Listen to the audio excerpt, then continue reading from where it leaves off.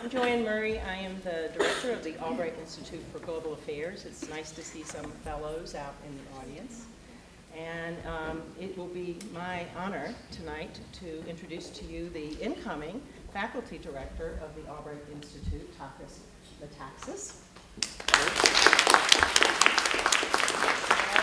And in addition to being a professor of computer science, what I learned this summer in traveling with Takis is that he either knows everyone in Greece or he knows someone who knows everyone in Greece.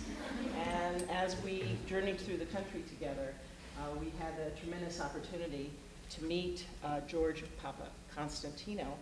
And of course, Takis was able to immediately reach out and begin his role as faculty director from the ability to bring this wonderful first-person account of the Greek crisis. So with that said, I want to underscore that part of the premise of the Albright Institute is to be upfront and in dialogue around decisions that are made.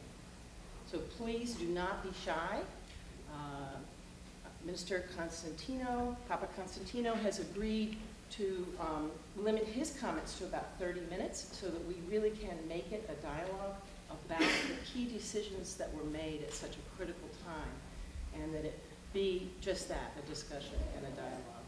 So with that said, welcome, Takis Metaxas. Thank you.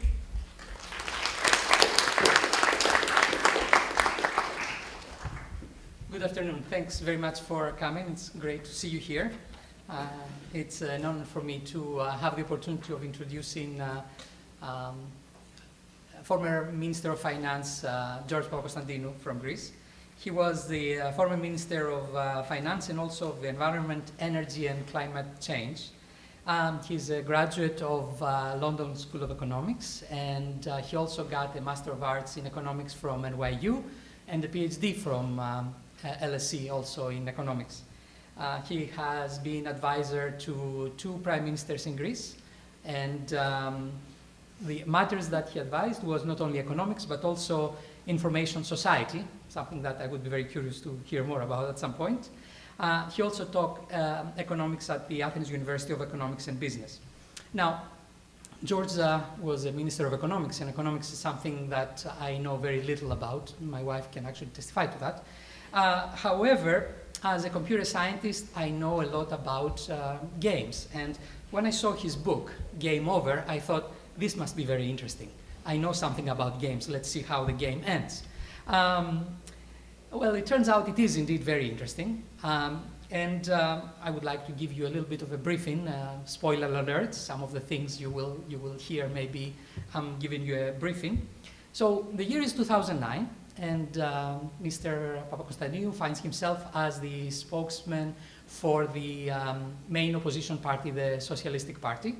And in June of 2009, he's elected in the European Parliament at the top of the ticket of the Socialists. And just a few months later, in September, he's joining the party in the elections, very important elections. The party wins with a landslide majority of 44%. You know, he gets higher and higher. A few days later, in October, he's named the finance minister. In Greece, the finance minister, we call them the finance tsars, so he becomes a tsar in 2 days later. And it seems like you can't get better than that. Indeed, but it can get worse. So the conservative minister who's outgoing claims that the deficit of the country at that time is about maybe 6% of the GDP, which is not good because as member of the euro, the country should not have more than 3% of deficit. The day after he gets into the ministry, the president of the Bank of Greece tells him that he's afraid the deficit is actually about 10%. So Mr. Papaconstantinou starts counting, and it turns out that it's probably around 12%. No, wait, it's 13.6%. Suddenly, 35 billion euros, that's in billion, as in billion, have disappeared from the budget, have not been accounted for, and he has somehow to account for them or figure out how to deal with them. Yeah, it gets even worse. Eventually, when everything is counted, the deficit for that year is 15.4%. So he finds himself in a situation in which he has to find a bailout deal between Greece and the so-called Troika, which is a word that was introduced at that time, and it sounds as bad as it comes. You know, it is a bailout fund that comes from the ECB, the European Central Bank, from the Eurogroup, and from the IMF, the International Monetary Fund. If you know anything about Greece, you know that you don't want to say this word ever. But he has to take the deal, Faustian, I think how he calls it, and of course with that comes a whole array of austerity. Before the elections, he has been quoted as being the most popular person in Greece. Few days after these austerity measures are coming, a British journalist asked him how it feels to be the most hated man in Greece. It must have been kind of weird feeling, I guess. So I was thinking that probably what he was thinking at this time is like, you know, if I get out of this story, I need to write a book. So he did write a book. Here is the game over, and we have some copies for you if you would like, and I'm sure that he would be happy to sign the copy for you. So we will have a 30-minute presentation by Minister Papaconstantinou, then we'll have a small discussion, and then we'll open it to questions. Thank you very much, and without further ado, here is Minister Papaconstantinou.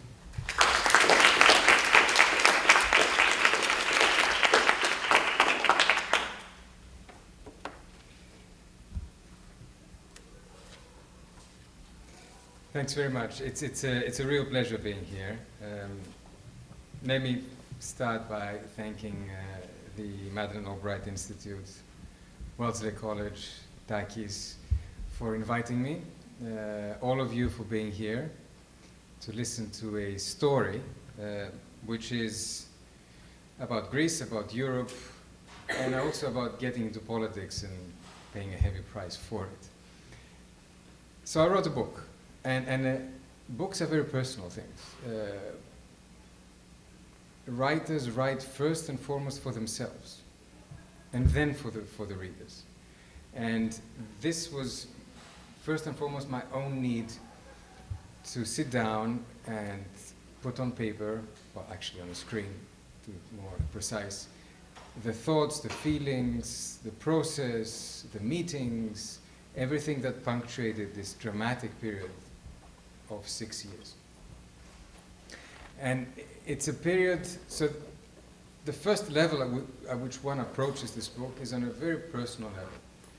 It's about, as Taki said, being handed the job that some called at that time the most difficult job in Europe, then having to take some extremely painful and unpopular decisions about the country, but I thought then and continue to think now, the least bad decisions of a set of very bad alternatives, ending up reviled for these decisions, ostracized in the end, shunned by the rest of the political system, and even ending up in front of a court. And the result of that court was such that I'm standing here today, and therefore, so it didn't turn out too badly. So there is a first level which is very much of a cautionary tale.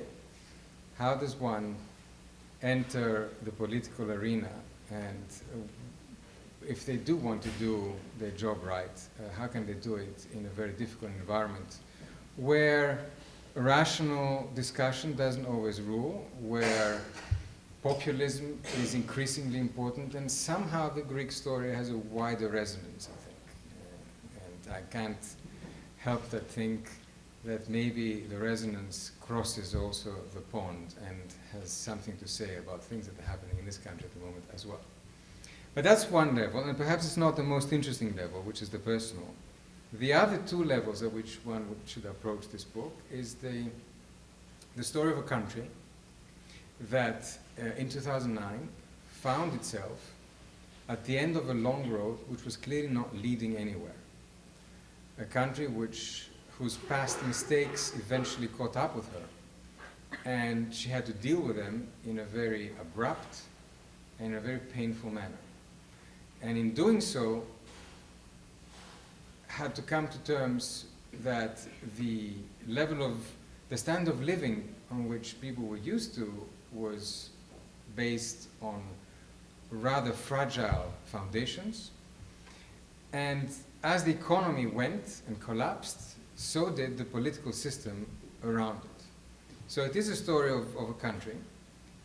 And the third level is the story of how Europe as a whole, the Eurozone, the zone of the countries that have the same currency, the euro, learned to deal with its failings and shortcomings only 10 years after the euro was initially put together and 10 years after the countries formed this currency union. How Europe woke up one morning to discover that what they had in their hands was a disaster waiting to happen, how they dealt with it, how they initially were simply playing the role of the firefighter, and how slowly they tried to rebuild the institutional architecture. So realizing that the construction was faulty in the first place and it had to be rebuilt. So let me start by a simple question: where are we today after all this period? It's been 6-7 years now since Greece entered the crisis. Let's say since the crisis was triggered, because clearly it was there, we just couldn't see it. And if you look at the situation in the country, it's pretty dramatic. The economy is now 25%, 27% smaller than it was. Just to have a comparison, it's pretty much the same kind of reduction in output that the US had in the Great Depression in the 30s. Unemployment is over 25%. Youth unemployment is double that. You have an entire generation of young people that can't see that the country has any future for them. It's not, however, only bad news, because if I just tell you these big macroeconomic figures, it's pretty bad. Behind them, there's some other figures that show a slightly better situation. After many, many years of running excessive and continuous deficits, finally the country is running a primary surplus. In other words, it spends less than it receives in taxes, leaving out the interest on the debt. The state has learned how to count. It's an important advance. It knows how many people it employs, and it knows how much it spends and where. That's an advance, because for many years we didn't have a clue of where the money went. And a lot of the underlying structural problems of the country, which were made more evident once Greece entered the currency union, have been fixed. Since 2000, when Greece entered the euro, the competitiveness of the economy was degrading, and in the end we had a deficit on the external account of over 15%, which is clearly not bad. And that has been corrected, and all of that has disappeared. So in that sense, there's progress, but it's small consolation to the man or the woman on the street who doesn't have a job, and to people and middle-class families that were used to a particular standard of living and now can't make their mortgages, have to sell their houses, their cars, and are having a very hard time making ends meet. Next to Greece is, or rather before I move to the European level, next to the economy, you have a completely different political system. The old political system has completely imploded. What we used to know as a two-party system with the two parties alternating in power has been found to be lacking. There is incredible distrust of the old politicians, and unfortunately this is being replaced by populism. Populism on the right and populism on the left. And an increasing sense that fact-based politics, that moderation, dialogue, and trying to find consensus is no longer the name of the game. It is now becoming increasingly the exception rather than the rule. And in this environment, the country is trying to find a new path. having thrown out the baby together with the bathwater and trying to exchange an old political system with a new one, but the new one isn't there yet. And the new one isn't delivering hope, real hope, for citizens. So Greece has been and is being radically transformed through this exercise. And one of the points that I try to make in the book is that when you go through such a dramatic transformation, you should ask yourselves, why did I get into this in the first place? What happened? And what worries me now about my country is that we haven't really learned the lessons of this period. I keep telling people, you will not get out of the crisis if you don't figure out why you got into the crisis in the first place. And still there's a lot of denial. We don't yet have this kind of self-awareness that would allows you to have a fresh beginning. Now let's move to the broader European level. In 2000, Europe created a common currency. And then everyone fell asleep at the wheel. Policymakers thought that just by virtue of having common currency, and therefore interest rates were very low, investment would flow, and economies could grow. Meanwhile, markets actually started lending to countries as if there was no tomorrow. Markets were lending to Greece at the same interest rate as they were lending to Germany, thinking that the risk is the same. Credit rating agencies, these people that give ratings to different countries, they are, by the way, the same people that were giving high ratings to companies such as Enron only a few days before it collapsed in the US. These people were giving Greece very, very high marks until very recently, until just before the crisis broke. So everybody got it wrong. We should all have known that this was an accident waiting to happen. But Europe did not know or did not want to deal with the faults of the initial construction, the euro, and it was forced to take certain decisions in 2009. So what happened in 2009? 2009, we found ourselves with a triple deficit. A huge fiscal deficit, Takis talked about it, in the end it was close to 16%, a huge competitiveness deficit, and perhaps the most damning of all, which was a credibility deficit, because we had lied about the numbers. Therefore, no one would actually believe us. Nobody would believe that the new government was willing to do the hard work. So there was a 6-month period in which we fought to regain that confidence from the rest of Europe, when we fought to convince our European partners that it was not enough to take more austerity measures, but actually what Greece needed was what has been called a guarantee of no default, a backstop, that somebody could come and guarantee that the country would not go bankrupt. It took a long time for Europe and European policymakers to understand that. And when they actually eventually rallied, it was too late. The country was shut out of international markets and it had to go to a bailout. So here we are, 6 years later, 3 bailouts later, 110 billion, the biggest bailout in world history in 2010, and 130 billion, the new biggest bailout in world history in 2012. 86 billion in 2015. If you add them all up, it's much more than the Greek GDP.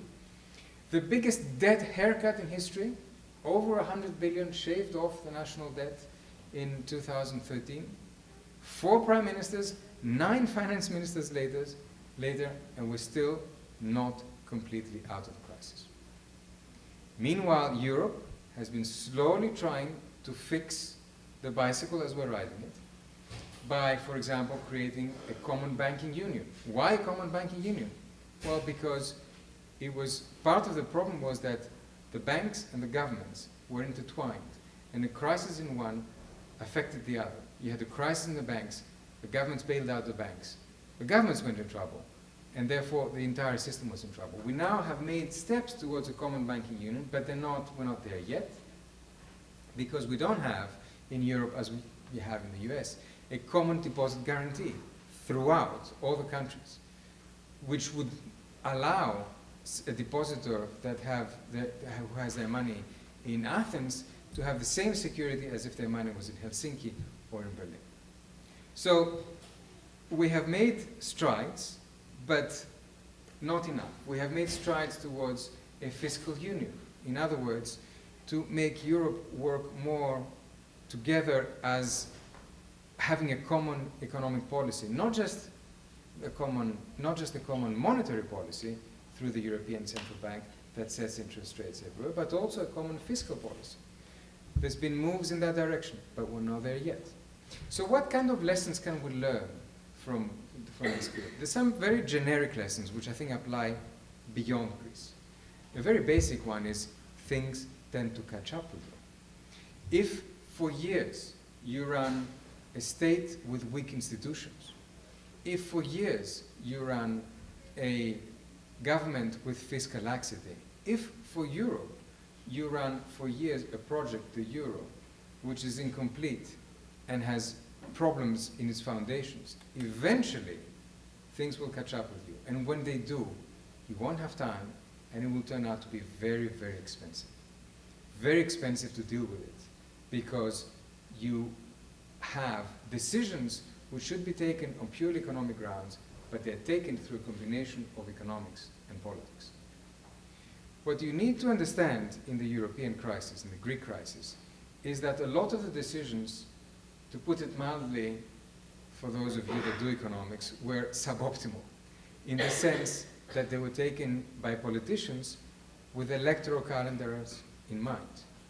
Not through some kind of process where we look at the problem and decide what is the best solution for it, but in a convoluted political process where countries, and here the main one was, of course, and is Germany, took decisions on the basis of what was most politically expedient in a given moment.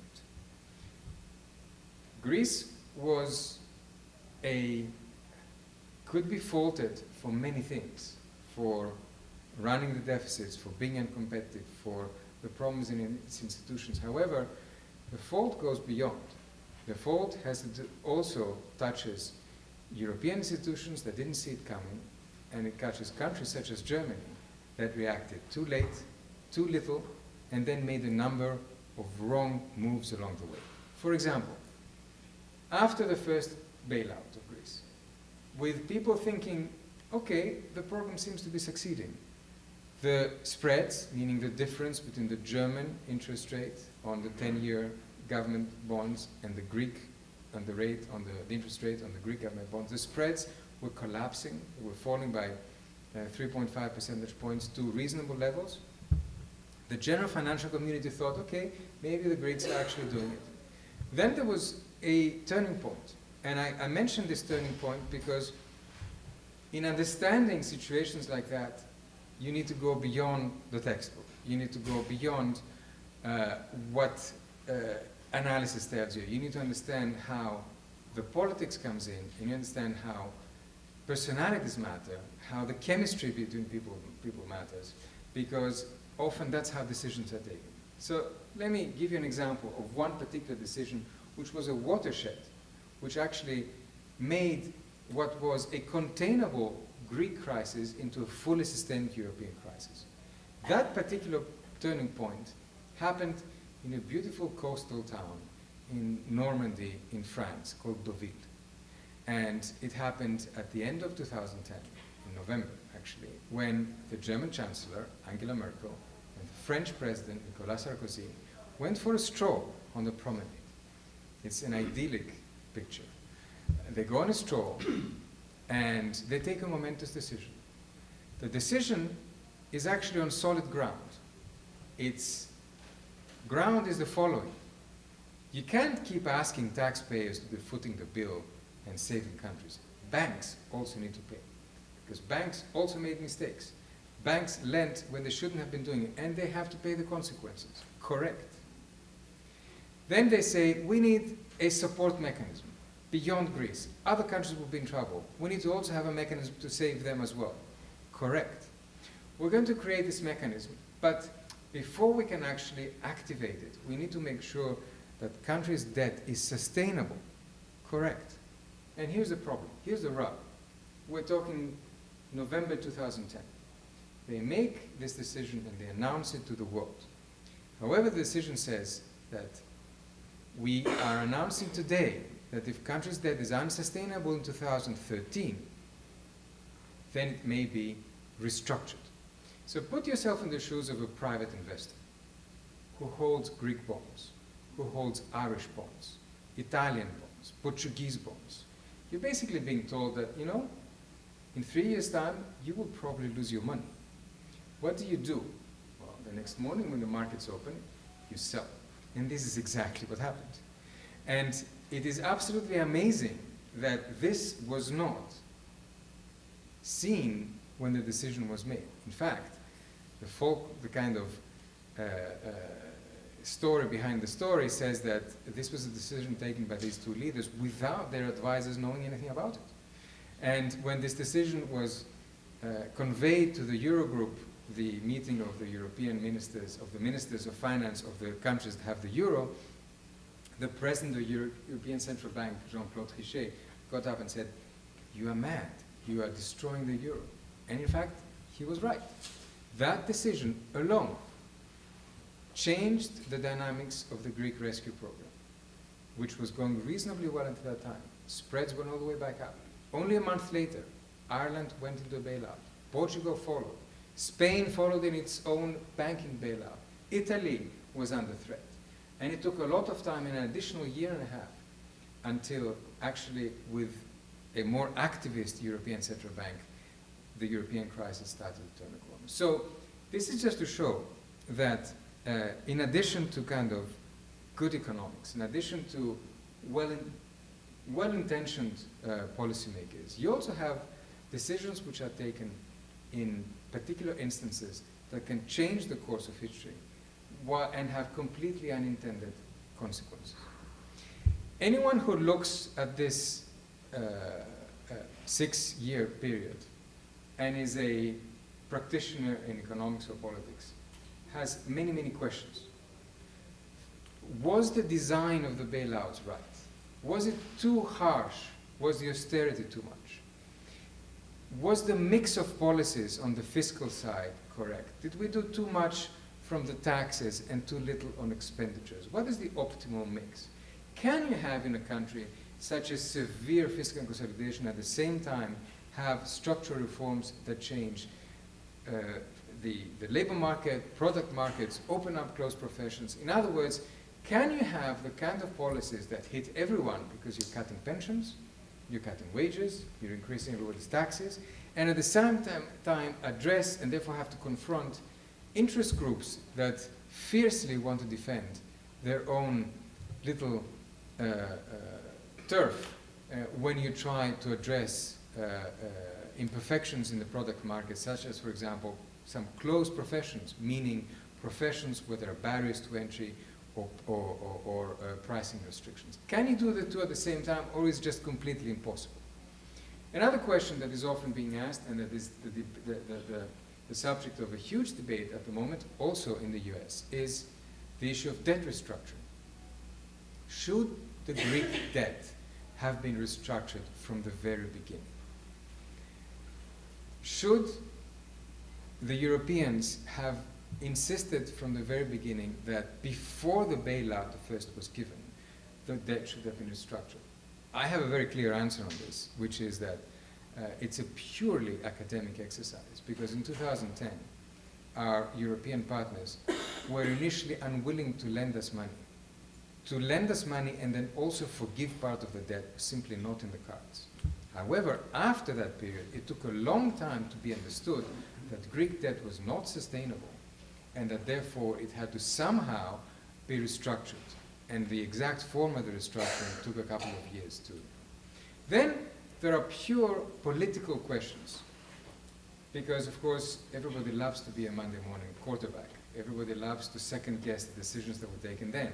So a question that I often have is, could you have negotiated better? Could you have threatened? Could you have threatened you're now entering game theory issues? Could you have threatened with default? Could you have said, if you don't give me a better deal, I will default and bring the entire house down? And this question is based on the reasonable assertion that in 2010, European banks were loaded with Greek debt, and if Greece had defaulted, they would also suffer. To me, this is a little bit like the theory of the person who goes in the middle of the room, puts a gun to their head and says, I will commit suicide if you don't do what I say. It's not a terribly credible argument. The one that would have the most problem in this situation would be Greece itself. There would be collateral damage, no question. But Greece, if it had taken any other option than accept a very difficult, a very harsh, an imperfect program in 2010, Greece would have faced a much deeper recession than the one it did, with a real collapse of order in society. Remember one thing. In 2010, Greece owed 36 billion euro. That was its deficit. Of that 36 billion, 24 billion is what we call the primary deficit, meaning the rest was interest on loans, on debt. Let's say it decided to simply not pay the debt. It still had a deficit of 24 billion, which it had to come up with from one day to the next. So among economists, there's a very fashionable discussion, was this a liquidity or a solvency crisis? Well, if you're sitting on the seat of the finance minister and you need to pay pensions and salaries and keep the state running the month after the one where the bailout is being discussed, it's a bit of an academic discussion. Yes, it could have been a solvency crisis, but above all, it was a liquidity crisis, because if the state went bankrupt, you wouldn't be able to do the basic stuff. You wouldn't be able to pay and have hospitals fully stocked, doctors being paid, teachers, nurses, or other civil servants.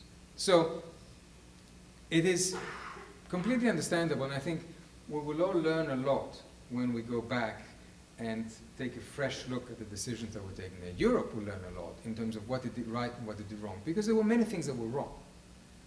Things about the designs of the program, too high interest rates in the beginning, too short repayment periods, debt restructuring that took too late to be applied. There were mistakes in Greece. As a Greek, one of the main questions that I keep asking myself is, how come Greece went into the bailout in 2010 and is still in the bailout, but other countries, such as Portugal, such as Ireland, Cyprus, went into bailouts after Greece got out before Greece? What is it about us? Is it something in our DNA? Is it something... So there's a number of explanations here. One is our initial conditions were much worse. We were in a much more difficult situation than these other countries. The second is that we internally got some stuff wrong. The program had faults in its design, but we also did not implement on the structural side enough. But the two main points to me, which are way more important than the first two, are these. Unlike any other countries, Greece lacked any kind of consensus among political parties about what needed to be done. In Portugal, you had governments and opposition agreeing on the program from day one. Same thing in Ireland. Same thing in Cyprus, even though the country almost blew up when the program was signed. And that kind of agreement and some common difficult decisions was what allowed those countries to move forward without allowing the populist genie out of the bottle. We went the exact opposite way. The opposition accused the government of doing the wrong things, promised things that they could not deliver. Then when elections happened, they had to actually eat their words and do exactly as the previous guys were doing. And then in the end, last year, a new government, this time of the radical left, came to power after having promised things that it could certainly not deliver, after having promised that it would sing and the markets would dance to its tune. In the end, brought the country to the brink of disaster with a referendum that was ill-conceived and highly divisive, and 1 week later signed basically a third memorandum, a third bailout, which was really not necessary. So my final of those 4 points is that what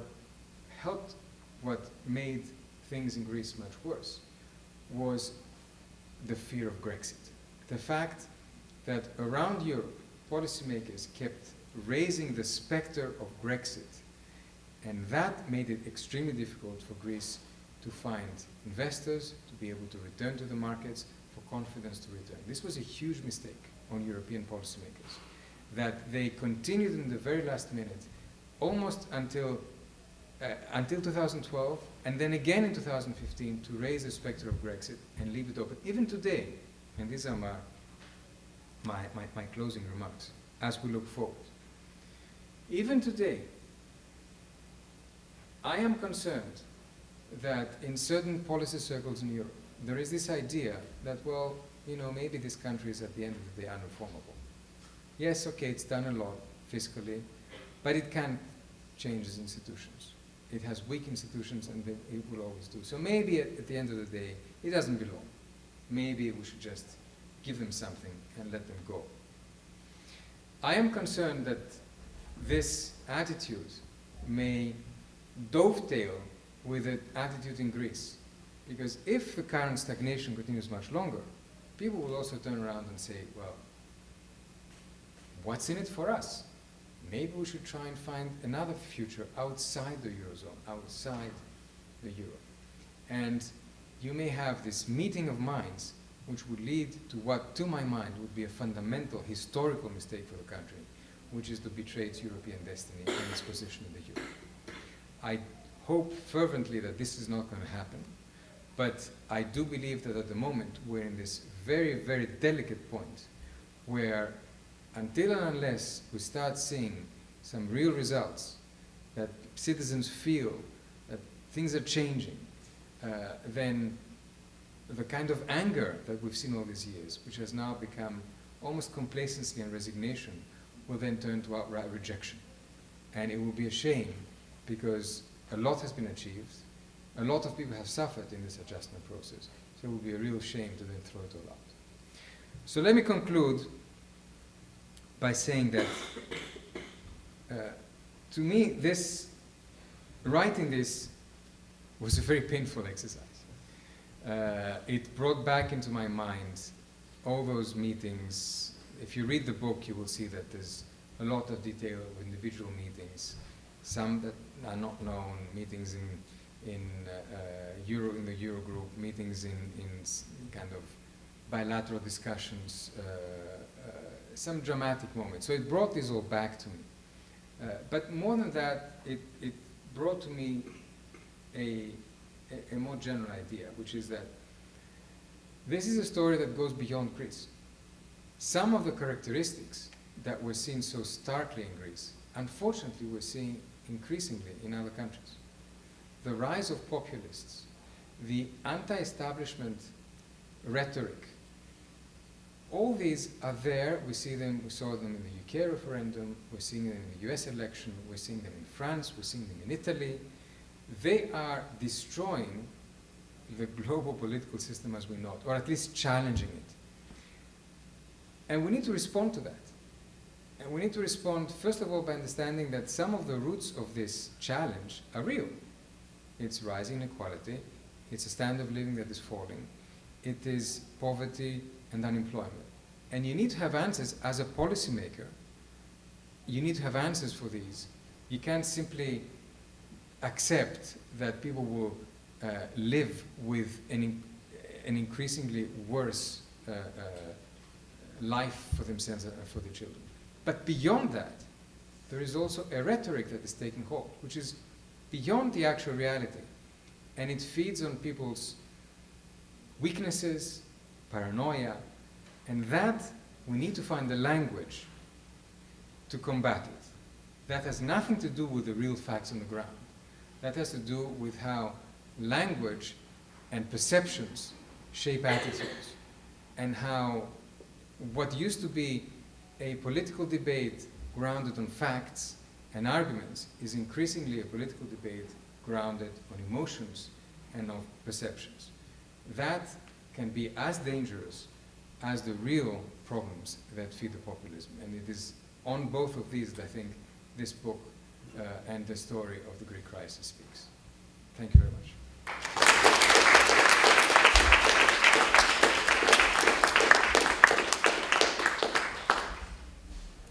Thank you very much. So, I will ask you first a few questions that I thought of as I was reading your book, and then we have a couple of microphones. We'll pass them around so we can have a Q&A session after that. I'll make sure that I'm keeping the time so that we're not exceeding. Thank you very much. This is quite interesting. In particular, I find very interesting that you end with a note on populism, something that in this country we feel it in the last year, and I don't think we had completely understood that it was coming. I mean, we could see populism coming in Greece. We see it also in the United States, and it has gotten, as you probably have realized, out of control. What is it that advanced democracies have managed to create this kind of populist movement? Is it that it's that I'm wondering why suddenly this is a phenomenon that we mostly see in places where they have a tradition of democracy and they had in general good institutions, yet they don't seem to be able to defend themselves against this kind of outrageous populism that one would think that we should know better, you know.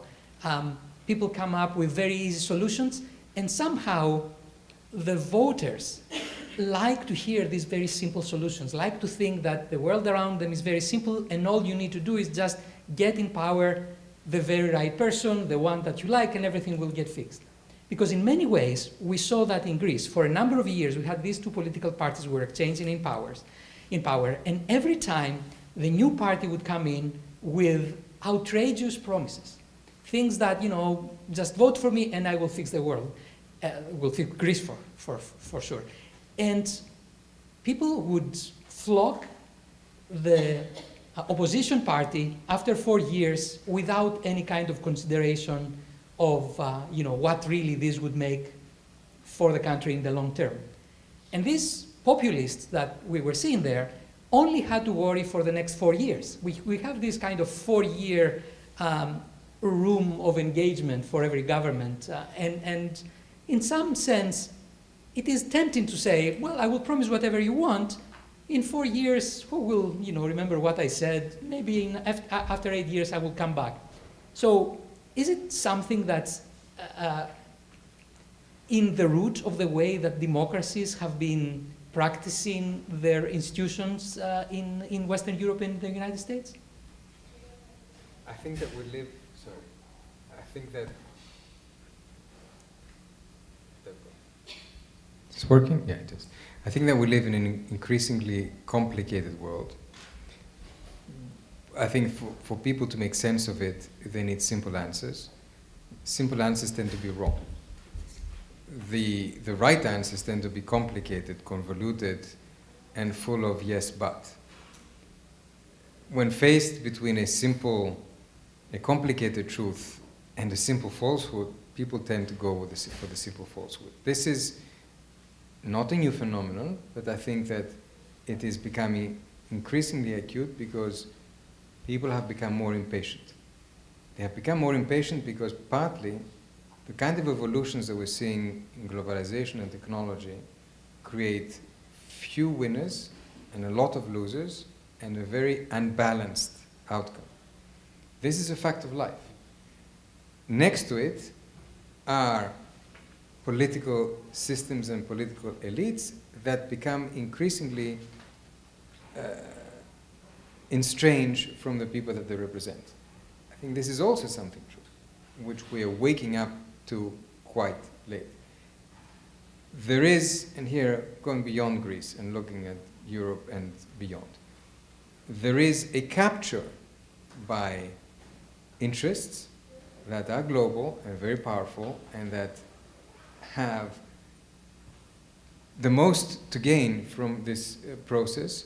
There is a capture of politics from these interests. And therefore, what you see is a backlash to that. So either we wake up to that and start giving answers and try and make those answers as intelligible as possible and as human as possible and speak in a normal language to people, or we will end up with the kind of results, the elections that we're seeing increasingly in Europe. Let's think 6 months ahead. You could have an extremist right-wing president. I'm not even discussing the US election result. You could have in Europe an extreme right-wing president in France. You could have a bizarre prime minister in Italy. You could have a Dutch election that produces an extreme right-wing government again. And if you add to that the Hungarian kind of strange democracies where you have increasingly less rule of law and respect for human rights, you end up having a Europe which looks very, very different from what would be used. And add to that, of course, the UK, which is a very specific situation, which has a lot to teach us. Because there you had something that few people thought would happen, and it did. And if you look at how this referendum took hold and why it was called and how it ended up with the result that it did, it's pretty scary, because it says that during the campaign, facts didn't matter. What mattered was or rather facts lost, because it was clear that reasoning based on trying to debunk some of the myths that were being put forward by the side that wanted the UK to leave were completely outside the zone of truthfulness. However, they captured the popular imagination, and it didn't matter that you could rebut them. The fact that only that they were said meant that they were believed. Now, add to all this a media which is increasingly decentralized through various channels, therefore totally uncontrollable. That's the flip side of the democratic side of the internet. You have a situation where whoever wants to hear voices, they can. And, you know, it becomes increasingly difficult to answer to those voices. This is very interesting indeed, because just a few years ago we thought that the introduction of the internet would just increase democratization all over the place, because it will give voice to everybody, and when we're thinking of everybody, we mean the good people, not the others. But turns out that voice is given to everybody. The next question I would like to ask you has to do with a little bit of the particular tactics of the moment. You mentioned how important it is when you have not only strategies of countries that are into play, but also you have personalities. You have the way that people interact, the way you mentioned the stroll at Deauville, which sounds like devil really, where Sarkozy and Merkel came up with this idea that at the time might sounded like a good idea, but turns out to be a distraction of the viability of long-term for the Euro institutions. And I would like to ask you a kind of a more personal decision that you made at some point. So 2010, you have introduced the austere program, and it has troubles. People, start reacting to that. Nevertheless, you do manage to get it through the parliament with very little loss from the majority. You manage to get a bit of acceptance and trust from the Europeans. Trust was the other thing that was missing big time. You end up with the municipal elections, where at that time, people could fear that the ruling party, the one who has introduced all of these austerity measures, is going to get a terrible slap. And you don't. You manage actually to survive in good shape. And the question arises immediately, should we go for national elections right now, since, after all, the government had come into power in very different assumptions. You were coming expecting that a program that you had in mind would continue. Now we know it's not what's happening. It's an opportunity to give to people their opportunity essentially to own part of the problem. Because after all, we have to admit that in a democracy, people have part of the responsibility. So you get the opportunity of essentially getting them to vote that they agree with this program, which they seem to do. And I understand from the book that personally you decided not to go with this path. playing a little bit the Monday morning quarterback. Would you regret that? Actually, I do. It's one of the mistakes which I think that we made at that point, which is we were losing legitimacy, and at some point, sooner or later, you have to reclaim legitimacy, and the only way to do it in modern democracy is through elections. We were implementing a program which was very different from the platform we were elected on. The fact that we did not go to the polls was because we believed that this would be disruptive to the economy, and that was my recommendation as finance minister. But politically speaking, it was a wrong move. Things could have been different if we had gone to elections and actually put the platform down. If you look at all this period, you have decisions that are sometimes taken on political grounds, and they may be bad for the country but good for politics, and decisions that are taken on national interest grounds, which are good for the country but bad for politics. I think that we took some of the latter and paid a very heavy price for that, because the party that I was with went from 44% to 4%. The people that followed us and today's government have made a number of decisions which are disastrous for the country, but politically brilliant. So, you know, you pick your choices. I mean, in the early 2015, the current government played what was a game of chicken. You all know what the game of chicken is. In our case, we were driving a moped, and on the other side was coming this huge, big German truck. So guess who's going to win? And amazingly, 1 week later, the government does a 180-degree turn, and then goes to elections, and they win. And they win because people rewarded what they thought was standing up to the rest of the world. They rewarded the good intentions. They rewarded what I call in the book the heroism of the useless sacrifice. But they rewarded it, and they got re-elected. Whereas we were unable to convince that, no, actually, this would have been a very bad negotiating tactic. In fact, 2015 cost the country dearly. Anyone, any economist that has done the numbers finds that that particular strategy was terrible for the country. Politically, it paid off. So it's a strange game. Either you want to survive, which of course is at the end what you want as a politician, or you want to take certain decisions that are also good for the country. And the two don't always go in the same direction. Finally, I want to ask you the following. During your tenure in the finance minister, you met a lot of other finance ministers. I cannot even imagine what these meetings look like when you have 27 people in a room or 18 people in a room and you try to make decisions. I guess even just around is very complicated. I wonder if at any point, one of the basic structures of the way that the European Union works came into question, and that's the following. You have 27 democracies, and these democracies have elections usually every 4 years, which means, because they're not synchronized, it means that essentially every year you're going to have like 4 countries that they have elections. At that time, there is also going to be some party that's going to be on the losing end, and what do? They raise the nationalistic flag. You know, yeah, we're losing, but you know, we're not like them. We are Greeks, we are Dutch, we are British. And the nationalism essentially in a small portion of Europe, about a quarter or a fifth of Europe, is being rekindled every year. Wouldn't it be nicer if we had kind of synchronized elections, so we're getting through this kind of nationalistic wave and then we have at least 3 years to move ahead? Anybody has thought of that? You're such a computer scientist. Look, it's Europe.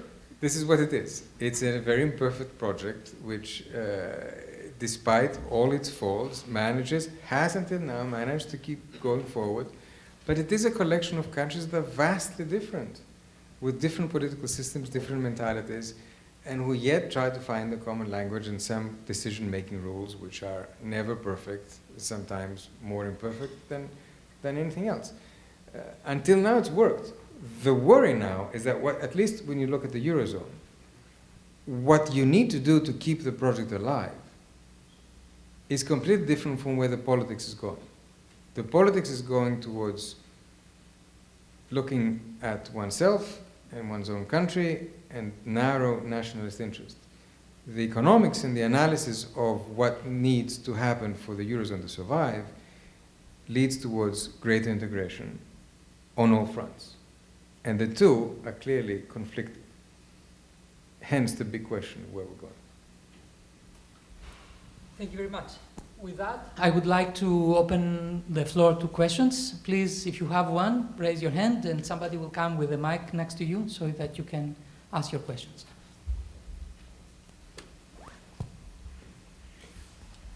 Hi.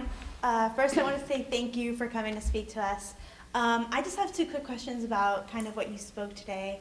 My first question was, you kind of phrased that decisions that were being made about the union were kind of decisions or policies being pushed forward by Germany. And I want to see if you could maybe talk more about your experience about dealing with the European Union and the force that Germany has within that union. And then another question that I have is regarding, I think you made your sentiment clear about not leaving the euro and staying within the Eurozone.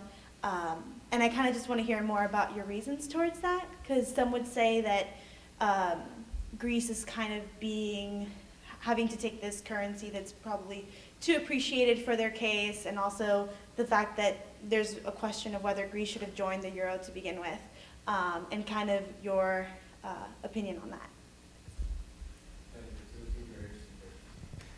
that.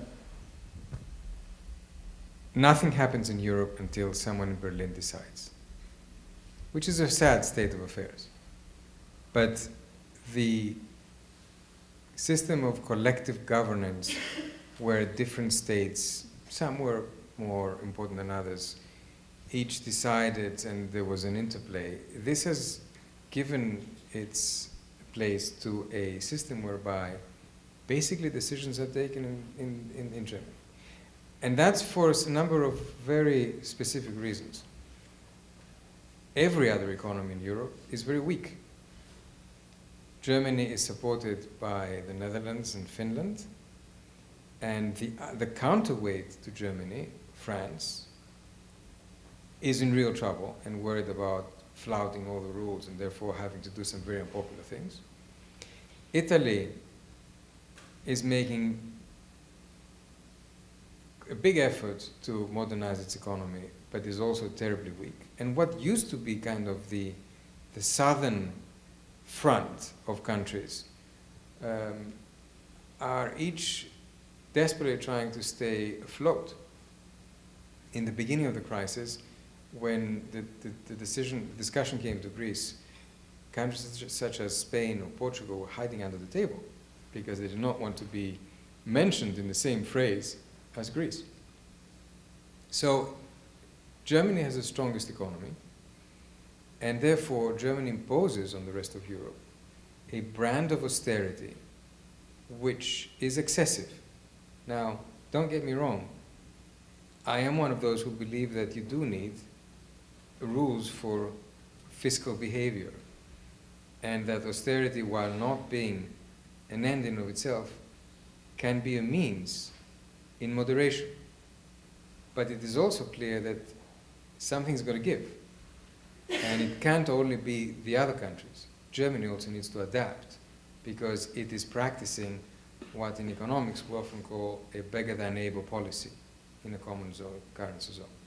So we have moved from what used to be a community-level governance system to an intergovernmental government system, where the main country that plays, that sets the rules is Germany. Leaving the euro or not, it's interesting that at the end of your question, you posed a slightly different question. Because here there are two questions. Question number one, should Greece leave the euro now? Question number two, should Greece have entered? Okay. My answer to both questions is, by the way, Greece should stay in the euro now, and yes, Greece should have entered the euro now. However, my answer to the question, should Greece leave the euro now, is an unqualified no. Should stay in the euro. Whereas my answer to the question, should it have entered, is a much more qualified one. Let me explain. Leaving now means that your entire stock of debt is redenominated, stays denominated in a foreign currency, and you have a currency which is completely undervalued, and therefore you double or triple the value of your debt. Of course, you could denounce, you could just say you don't owe anything, but then you still have the problem that you are importing all of your energy, most of your food, a big majority of your medicines, and the only argument that people can produce in favor of exit is the positive impact from tourism, and they make this heroic assumption that you're going to go through a very difficult period, but then it's going to be all right. Okay. Now, I'd like to know how long this period is, how difficult it's going to be, and who will be hurt the most, because something tells me it is much longer than people think, a much deeper recession, and people who will be hurt the most are exactly the ones that have suffered during all these years, meaning the weakest. So why, at the end of a period where you have pretty much balanced things, and you've gone through the transformation, you've suffered everything, why at the end of this road to then take a decision to go out? I'm astonished to see very well-known progressive US academics make these arguments with an ease that isn't grounded on facts, but simply on applying to Greece a general view of the world. Okay. Often they don't understand how the currency works, and they certainly don't have any empirical evidence to base their view on. So if you want to move from the status quo to a new status quo, you better be convincing what the new status quo is going to be like. We know how bad this one is, but it can't get any worse argument is, I think, a very weak one. Now, should Greece have entered the euro back then? Clearly, it would have been much better for the country if it was better prepared when it entered, or if after it entered, it actually did the kind of structural reforms to get a more competitive economy. It did not. So it's very easy to say, well, you shouldn't have entered in the first place. But my counter-argument to that is that having the currency as a policy tool is good when you also restrict yourself from the kind of degrees of freedom that it gives you. If you look back at Greek economic history, we haven't exactly used those degrees of freedom well. We have run persistent, we have been having very high levels of inflation, huge interest rates, investment has not gone well. So it's not the case that magically we would have the kind of good governance that would be necessary to use properly your own currency, because we've never done it before. So that's my counter-argument to those that say, well, we were not ready. Yes, we were not ready. Would we ever have been ready?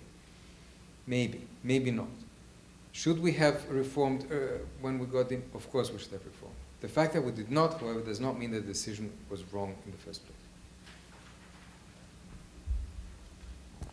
Next question? I'd like to ask this question as someone whose parents came from Greece, grandparents. My first language is Greek, even though I was born here. Those of us who grew up here, to go back to Greece, yes, we're upset with Germany and France and the banks, but we're also upset with the Greek people because they're not doing enough. They know how corrupt the system is, the under-the-table payments and what have you. What do the Greeks need to do to become entrepreneurs? I actually had a discussion about the issue of entrepreneurship just yesterday with some friends. Entrepreneurship is not what's lacking. What is lacking is an institutional setup in which entrepreneurship can flourish. Take a Greek abroad. They're perfectly entrepreneurial and do extremely well. You know, the Greek diaspora is well known for excelling. Why is that? Well, because they operate in institutional environments and governance systems that work. So, if you are in a political system where parents teach their kids that the best thing that they should do is apply to get a job in the public sector, and they can help them do that by being friendly with a local MP, then obviously you are killing the future of young people in the country. What is interesting during the crisis is that you've had something which I wasn't, at least personally I was not expecting. Out of the crisis, and because these other avenues are no longer there, because you can, a job in the public sector no longer pays or is there, okay? You've had, for example, a completely new startup scene with Greek startups, young Greek men and women who went abroad, most of them, came back and started new ventures. Of course, they've had to go abroad for capital, it's very hard, but the seeds are there. How do you move the next steps to that? You need to change the mentality which is existing. It will take time. I would like to think that the new generation thinks in very different ways than the existing generation. I do think that they actually want things like evaluation, assessment, excellence. They believe in those things, and they just want a level playing field for everyone, and then they can do the best that they can. That's the kind of environment that I think we need, and I wouldn't go as far as you're saying in terms of blaming the Greek people, certainly blaming what have been the leaders in Greece. And I don't mean here just political leaders. I also mean business leaders, I mean intellectual leaders who have not provided the kind of leadership that was necessary for the country, sent completely the wrong signals. It is also generational change that we're seeing here. And the newer generation that is coming is in many ways, whether we're talking about business, whether we're talking about academia, whether we're talking about politics, is on much more solid and healthy ground than the ones that I live. So I try to have a more hopeful view.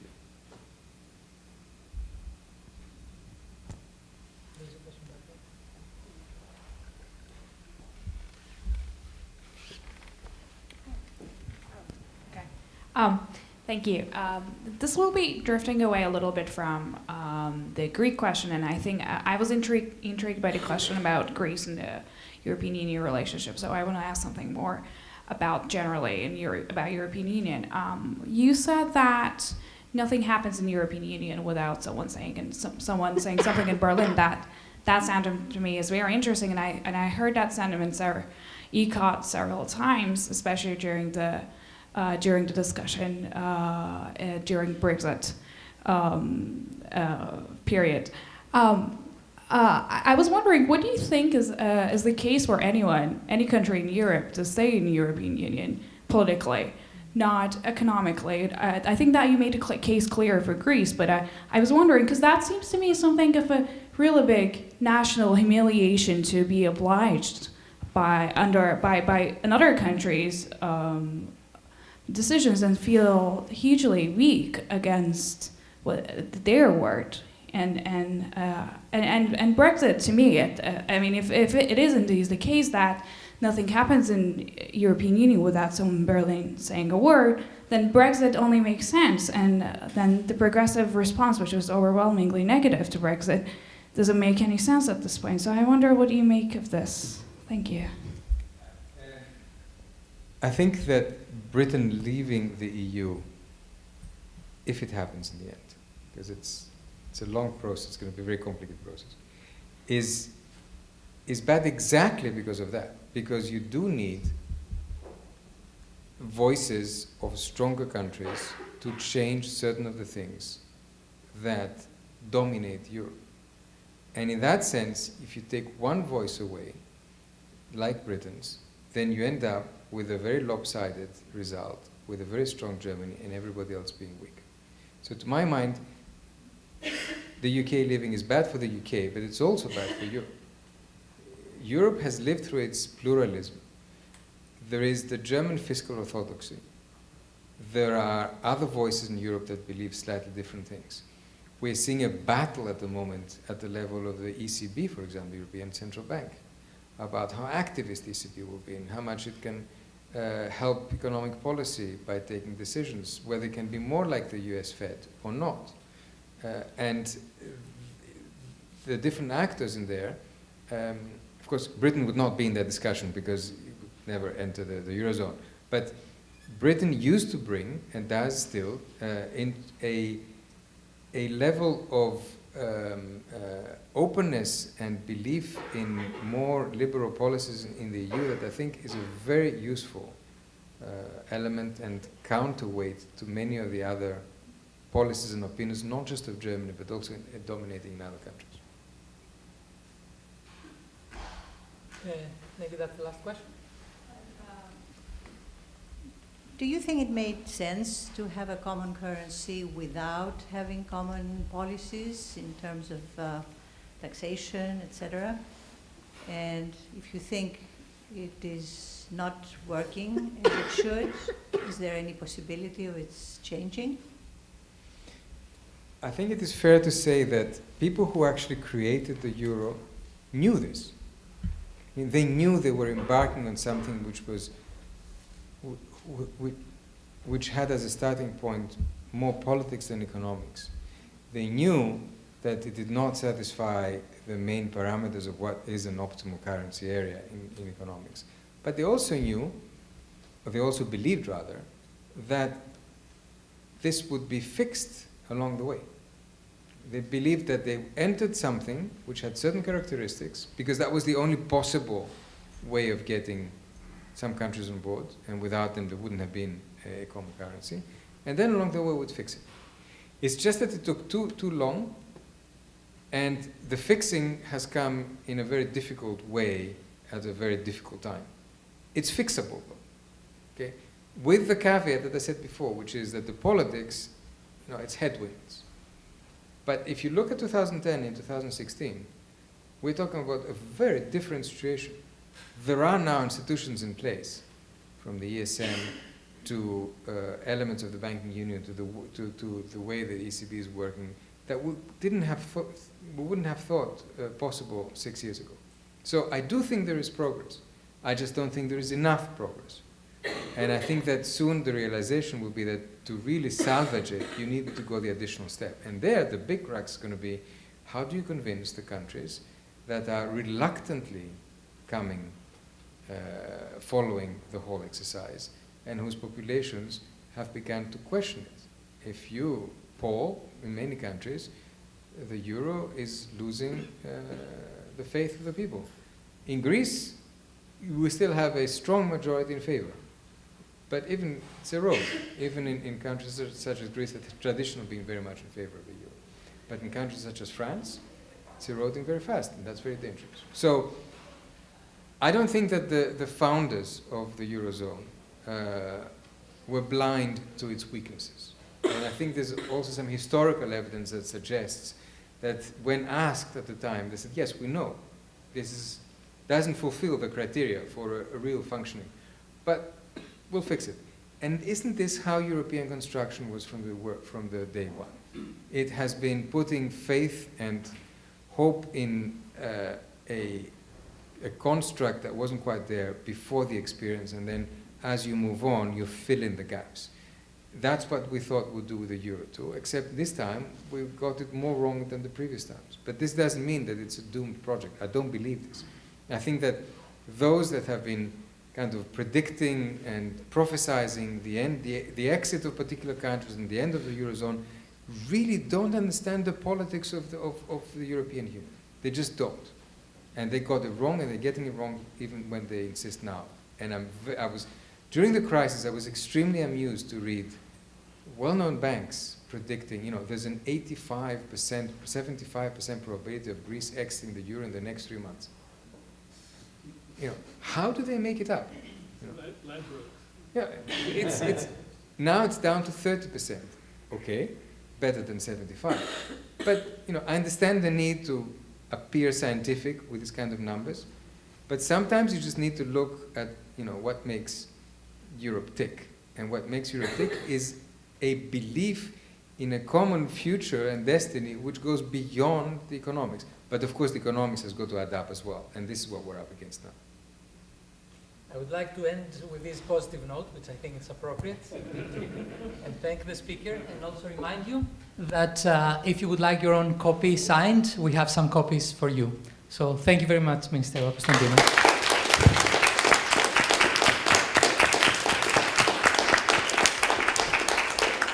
The minister will be around if you would like to come and meet him and talk to him for a while. Thank you very much.